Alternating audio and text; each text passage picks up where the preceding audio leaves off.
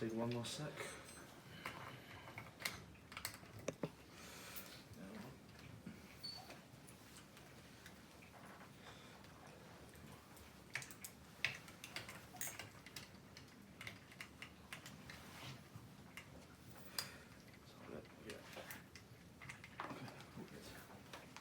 All good? Yeah. So Tom, massively impressive first round finish for yourself, just inside a minute. Did you expect after that overhand right landed that was the beginning of the end of the fight straight away? Well, I just seen him. As soon as I hit him, I just seen him sit his ass straight on the floor. So when he sat his ass on the floor, his head seemed to snap back. I'd have to watch it again to be honest, but I knew if you hit someone at heavyweight, I'm not saying I've got freakish power, but if any heavyweight connects full on, it's lights out, mate. It's done. So do you think you're going to have, I don't even want to say the word problem, because I'm guessing that you are going to get to the point very soon where you're going to want to get more rounds in, get more experience in an actual fight.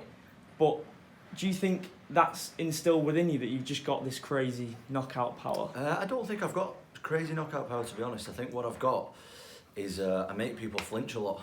So it might not look like it to the untrained eye, but I twitch around a lot and it makes them blink and then they don't see the shot coming. I think that's what I do really well, is I make people twitch and not see the shot. So I think that's what I do. But when you say, did you ask me about getting opponents and stuff?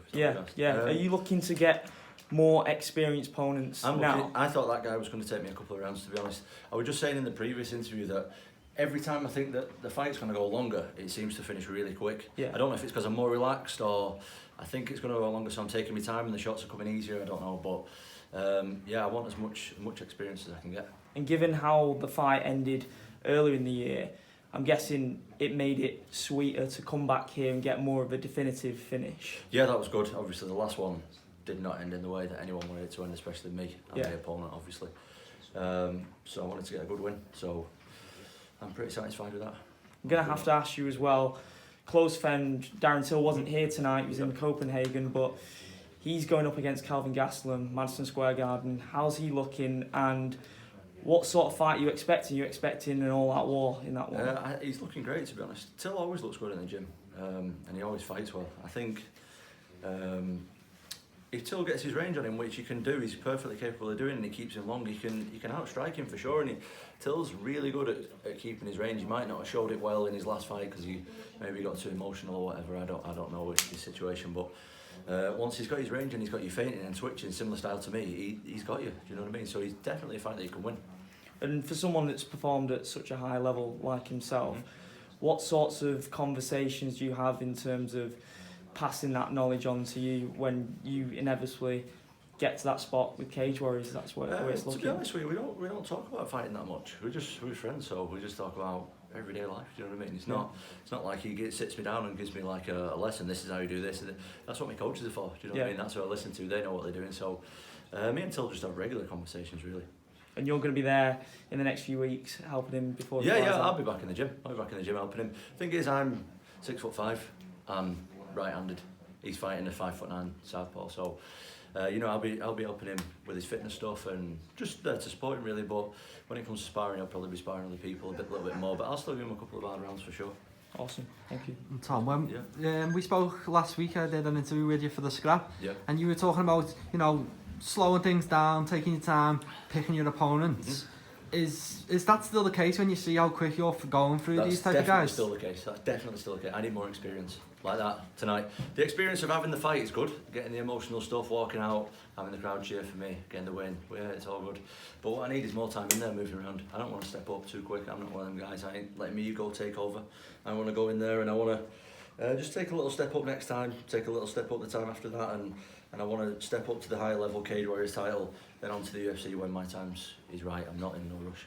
Obviously, it's quite slim pickings in the Cage Warriors heavyweight division, and you've got some hype behind you, so people are going to be wanting to push you. Yeah. So how do you find them fights in between where you can get the rounds without taking too big a step? The thing is, you can never pick opponents at heavyweight and think, that's just someone to get rounds out of him, because everyone is really dangerous. You know what I mean? Like I just said, like one shot from any heavyweight and you're going over. So it doesn't matter if, this guy can just take me 3 rounds. It's not like boxing in that respect. Or, it doesn't work like that with heavyweight MMA. It's tiny little gloves. If you whack it, you're going over.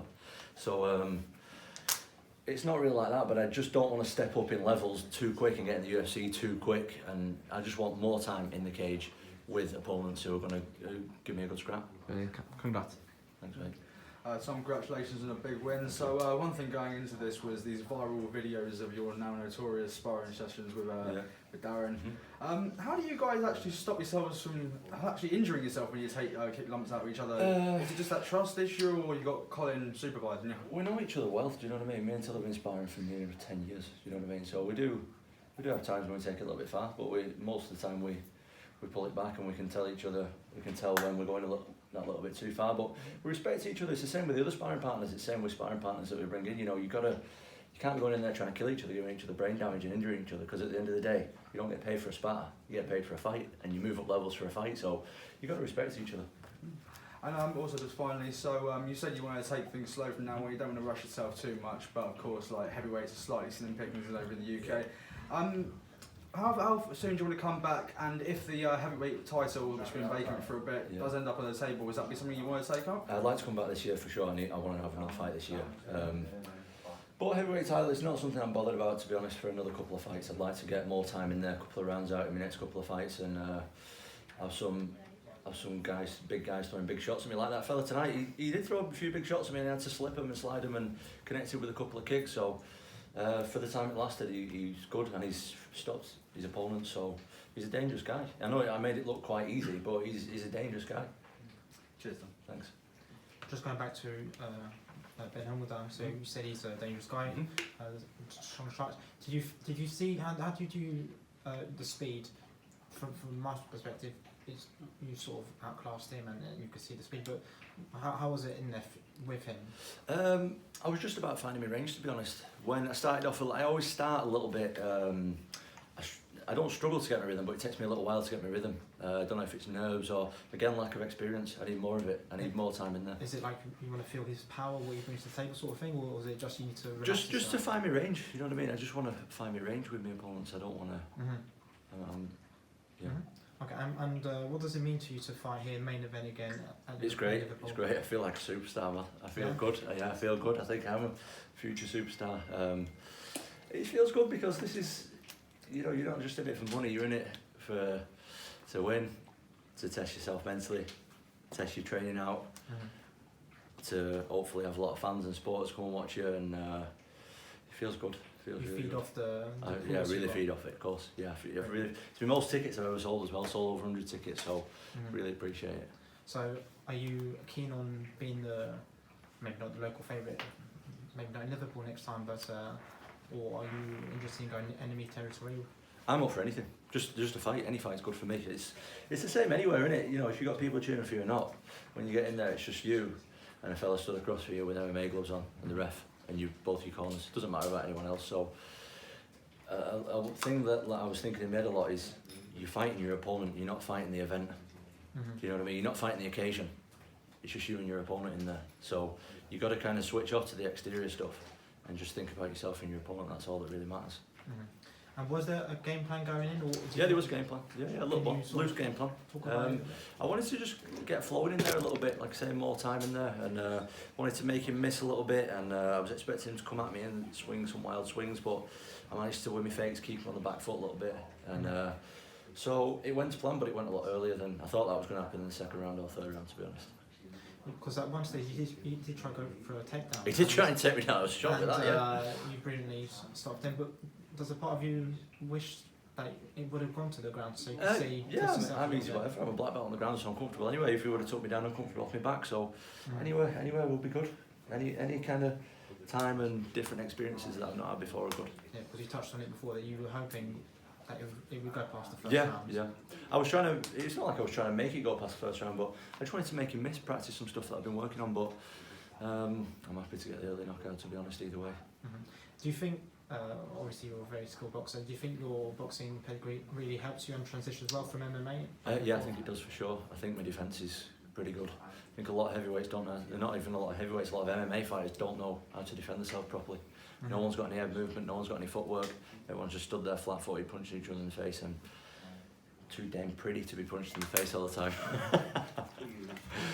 Brilliant. That's great. Thank you very much. Yeah. So Tom, congratulations on the win. Thanks. You've mentioned that you want to get more experience in there. Is there any opponent in mind that you think could take you those few rounds? Yeah, I was just saying to one of the fellas who works here at Cage Warriors, he said I'm going to struggle for opponents after that, and I've got plenty of people calling me out on Instagram, so I think rather than chasing opponents, just pick one of the guys who wants to fight me, you know what I mean? I've got 4 or 5 guys calling me out regular on Instagram. Rather than chasing opponents, them saying yeah, and then pulling out a week after, or then just turning the fight down, just choose one of the guys who wants to fight me. If they want to fight me, let's do it. Let's fight. So you've mentioned you've got a black belt in Brazilian Jiu-Jitsu. Yep. Could you see yourself taking somebody down? Yeah, of course I could. Yeah. Mate, all my amateur fights, I took everyone down. I had no striking, so I'm completely comfortable there. Thanks, Tom. Thanks. We all good? Yeah, all good. Happy days. Thanks a lot. Thanks, Thanks, boys. Thanks for having me. Thank you, mate. Cheers. Thanks, mate. Thanks a lot. I don't know you from